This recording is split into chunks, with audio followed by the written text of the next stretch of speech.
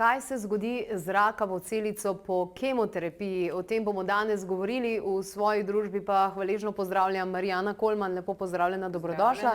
Fitoterapevtka in dolgoletna svetovalka in podpora mnogim ljudem, ki imajo vprašanja ravno iz teh onkoloških področij oziroma predvsem zmedo. Vedno večjo. Res je. Predvsem, osnovni problem je v tem, da se fitoterapija in uradna medicina vedno bolj razhajata. Namesto, da bi šli z roko v roki, ponudili bolniku pomoč, vsaka na svoj način in dokončno delovali v dobro bolnika. Ne v dobro sistemov, ampak v dobro bolnika. Tako kot jaz poudarjam, človek ni objekt zdravljenja, ampak je subjekt.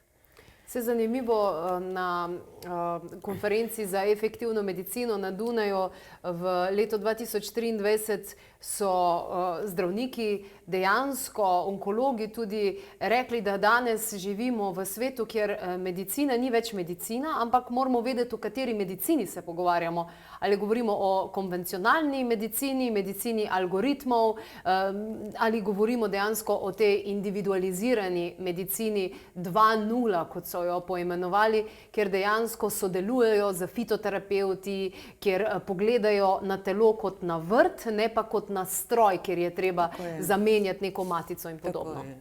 Integrativna medicina je pravzaprav edina, ki prinaša potem bolnikom resnično kakovostno zdravljenje, uspešno zdravljenje, kakovostno življenje in tako naprej. Ampak pač dejstva so taka, kot so. Ne glede na to, onkologi se trudijo, da bi ljudi pozdravili. Nenazadnje, zdravljenje onkoloških bolezni je namenjeno uničevanju rakavih celic. Naloga imunskega sistema pa je, da te odpadle, propadle rakave celice oziroma ostanke, ki ostanejo, odstrani iz organizma. In velika težava medicine je, da ni, oziroma onkološkega zdravljenja, klasičnega recimo, je v tem, da ni zdravila, ki bi hkrati delovalo protitumorsko, preprečevalo vnetne procese, ki jih povzročajo citokini in odstranjevalo iz organizma razpadle delce tumorja in toksinov. To je največji problem. In tukaj bi lahko prišlo do sodelovanja medicine in fitomedicine, tako kot je to uspelo dr. Korepanovu v Rusiji, ko se onkološki inštituti enostavno ukvarjajo z klasičnim, torej tradicionalnim zdravljenjem, kemoradioterapija, operacija in podporo zdravljenju in z pomočjo fitoterapije. In se gre dejansko po fazah, ker recimo nekatere rastline tudi v času kemoterapije ni ustrezno. Se pravi, da se gre po fazah in da se ve, kdaj je katera faza. Pod strokovnim vodstvom, ne na svojo roko. In kaj se dogaja pri nas? Bolnik jemlje razne stvari. Pač jemlje. On želi preživeti, si pomagati. In potem to jemlje na svojo roko, brez znanja, brez podpore. Zdravniku si ne upa povedati. Zdravniku si ne upa povedati.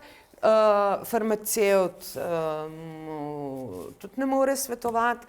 Fitoterapevta nima in potem izberejo proizvode, ki nikakor ne sodijo v zdravljenje v določeni, ne vem, pri kliničnem stanju, pri kemoterapiji se nekaj ne sme in tako naprej.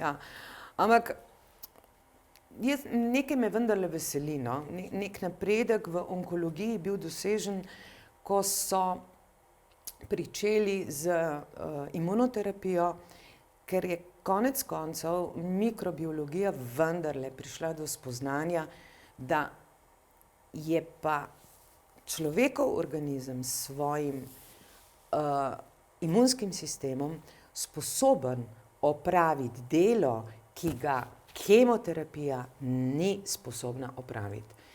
In zadnje čase uvajajo ali samo imunoterapijo ali vzporedno kemo in imunoterapijo, ker vemo, kemoterapija ima namen, da izzove celično smrt, rakave celice na dva načina, ali z apoptozo ali z nekroptozo. Apoptoza pomeni, da se rakava celica pod vplivom kemoterapevtika skrči, na njej, tako kaj na kožica ostane, na njej se tvorijo mehurčki in fagociti potem to celico napadejo in jo praktično reciklirajo. Drug način je pa nekroptoza, ko pa nasprotno rakava celica pod vplivom kemoterapevtika poči, se napihne in poči, eksplodira in vsi ti delci se razpršijo, fagociti navalijo, napadajo in tako naprej, ampak sprožijo se pa tudi vnetni procesi zaradi povečane tvorbe citokinov, kar je problem. Jim je treba sanirati, ne? Se po vsaki vojni so trupla, ne? Tako je. Ta trupla je treba potem pospraviti, ne? In tukaj je pa problem.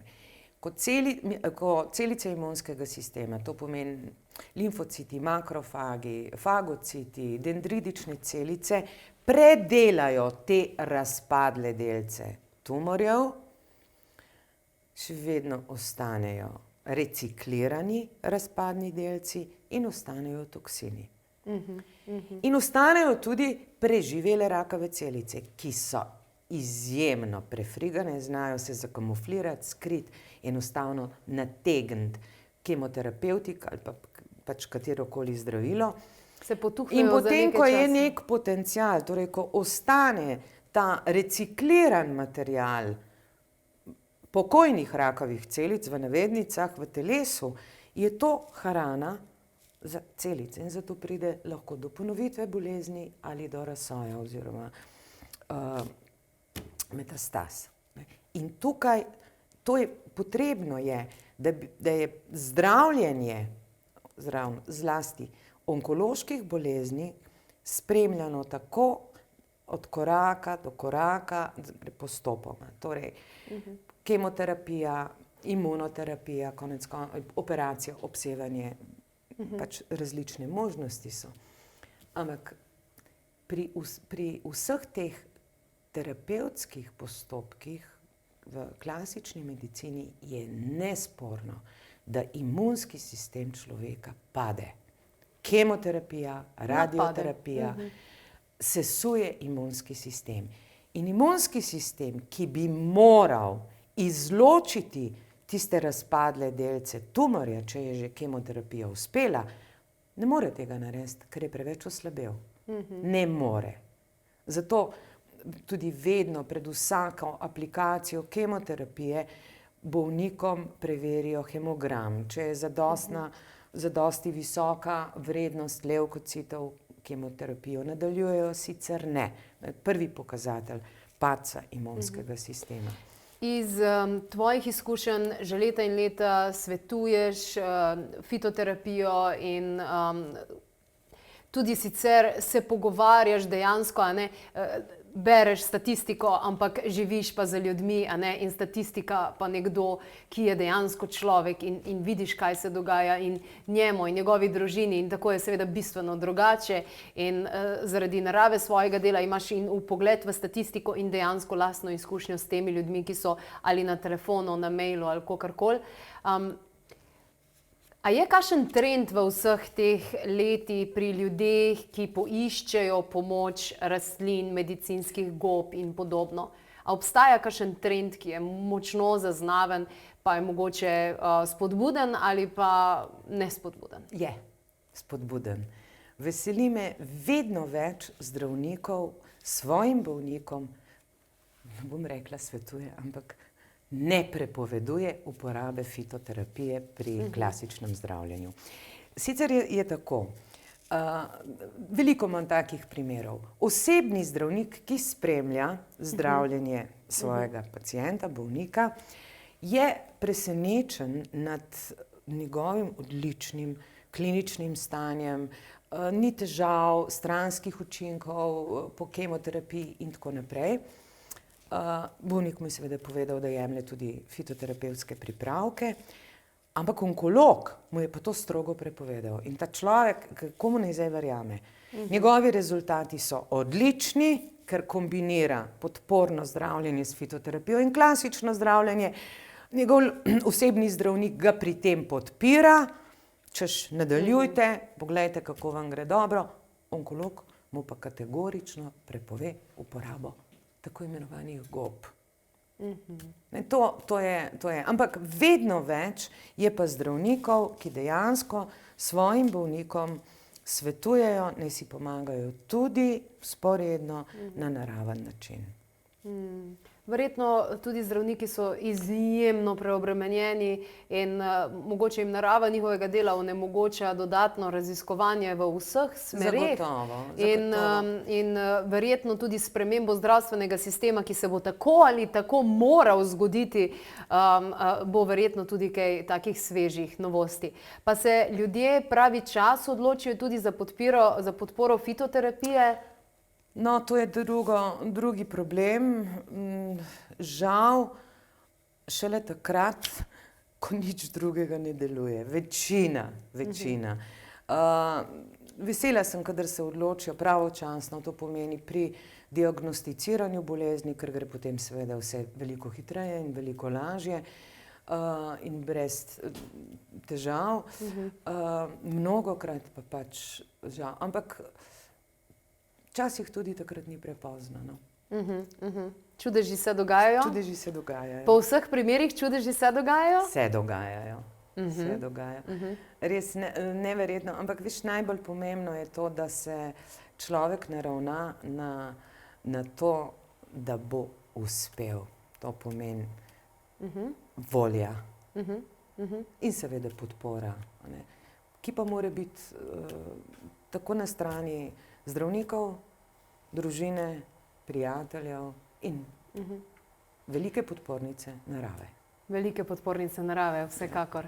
A je še karkoli, kar bi svetovali ljudem, ki so mogoče pred odločitvijo, ali sploh kemoterapija da, ali sploh kemoterapija ne? Kajti na začetku, verjetno, ko dobiš diagnozo, skoraj vsak danes, ki ima dostop do interneta, to smo pa vsi, ve za nek čudežni pripravek, za neko čudežno zdravilo in tukaj je potem zelo, zelo velika zmeda kot takšna. Kaj bi svetovali ljudem, kako naj se odločajo, kadar so sploh na odločitvi, ali ja, kemoterapija ali ne, oziroma ali znova zdaj tokrat kemoterapija, če se zadeva ponovi in podobno. Tukaj imamo tudi nedavno objavljeno študijo v reviji Nature iz leta 2023, kako žive rakave celice zaznavajo signale, ki prihajajo iz umirajočih rakavih celic in se na nje odzivajo. Se pravi, naš cel organizem ves čas dejansko komunicira med sabo. So kakšni izsledki, ki bi mogoče olajšali to odločitev? No, vprašanje kemoterapija da ali ne je vprašanje, na katerega si mora odgovoriti vsak posameznik sam. Jaz nikoli ne posegam v to.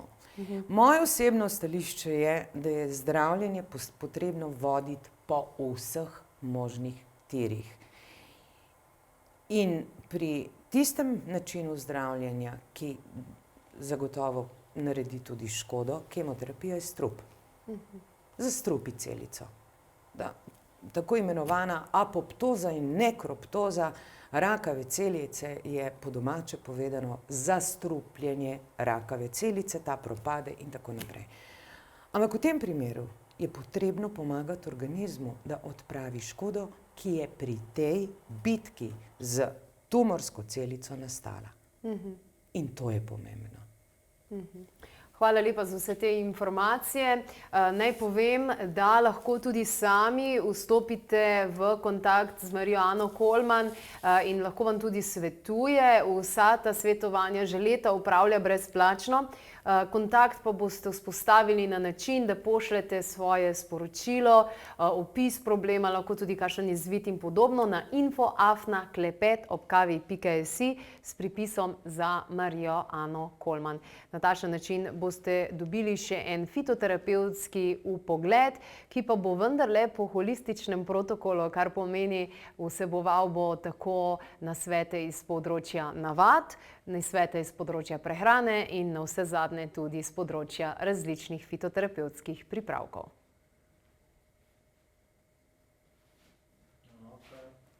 Nič. Zdaj imamo še eno, ki sva se jo najbolj veselili, a ne?